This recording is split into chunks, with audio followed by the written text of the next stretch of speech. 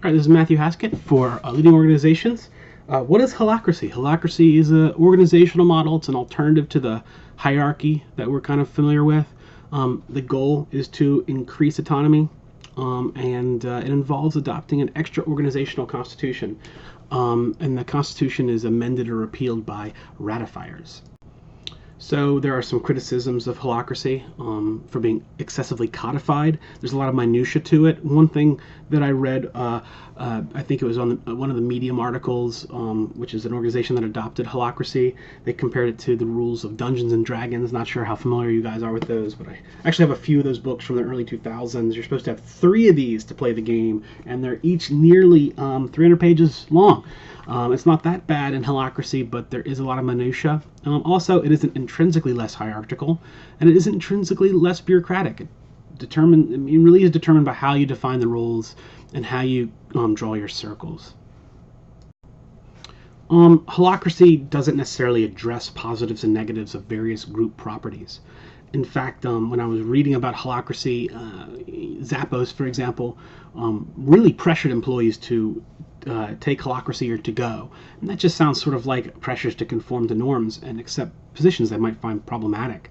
And also, just because you remove traditional hierarchy and reclassify roles doesn't really remove status and equity in an organization. It could still be there, it just has a different name.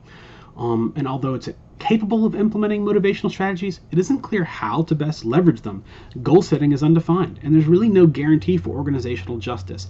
It certainly doesn't solve issues of equity. So that brings us to the prompt. Should Derek fight the Holacracy initiative? There are 3 positions.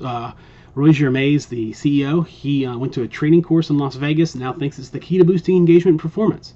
Vera Hawk, he's the head of the auditing committee. He thinks that there's opportunity for abuses and that they need more risk management and strong internal audit systems, and he's worried that some of the goals set this year will incentivize bad behavior. And Henning Haas, he's the CEO of Connect's Germany Group. He argues that increased autonomy and freedom lead to growth in the in the construction industry, and that things will get done faster and more efficiently. So, concern number 1, is Holacracy the key to boosting engagement and performance? No, not at all. It might aim to increase employee involvement and participation through, but it's doing it through autonomy alone. There needs to be other things implemented. It depends on what roles employees decide to play. They really need to take part in decision making, and what if they choose not to take part in decision making? You can't force them to do so. You need to design a workplace where they want to make decisions, and Holacracy doesn't really solve that. It's also clear and open on how to do decision making in Holacracy. It's quite democratic, but what if somebody wants to do it anonymously? What if somebody doesn't want to be a proposer out in the public? Also, it's capable, like I said, of implementing motivational strategies, but it isn't really clear how. Who's going to set the goals? Are they just going to set the goals themselves?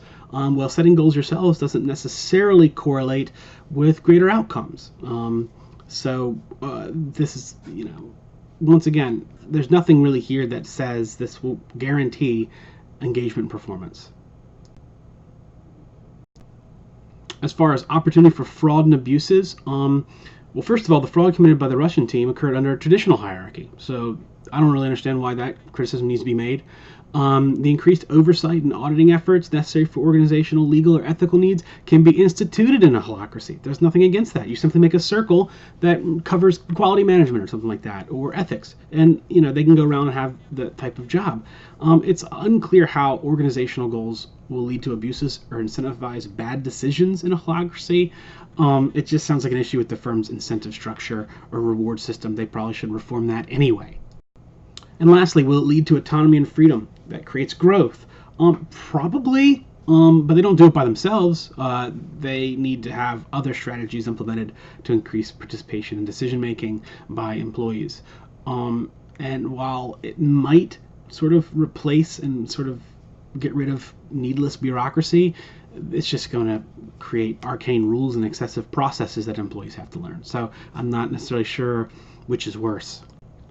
So my take on it is I don't really see why Derek needs to fight the initiative. All his concerns can be solved through the processes outlined in Holacracy's constitution. I think he'd be better off creating policies and systems to include during the ratification process. Hopefully he could be a ratifier and have, a great deal of control as CFO of the starting point. But personally, I would take another route. I think he should proactively propose another model that increases employee involvement and participation and leverages the type of autonomy the CEOs want. And he can keep strong structures committed to auditing, oversights, and quality control. Quite simple, holacracy isn't needed. I agree that it's sort of like a buzzword or sort of like a fad. I mean, that's what you'll read all over the internet. There are plenty other models of employee self-management. Just going back, Emma Goldman discussed syndicalism in 1913, and syndicalism, the modern menace to capitalism. This is a model that's still used today. I recently read an article from Kotaku.com about a French studio, Motion Twin. They're a video game studio, not a huge studio, but they're all co-owners and they all self-manage. There's no bosses, and they've been doing well. So holacracy, is it necessary? No. Is it problematic? You can solve the problems that are associated with it. It really depends on how much you want to work at it, just like any other systems. That said, I think there's probably better systems of self-management out there that don't involve trendy Las Vegas lectures. Thank you.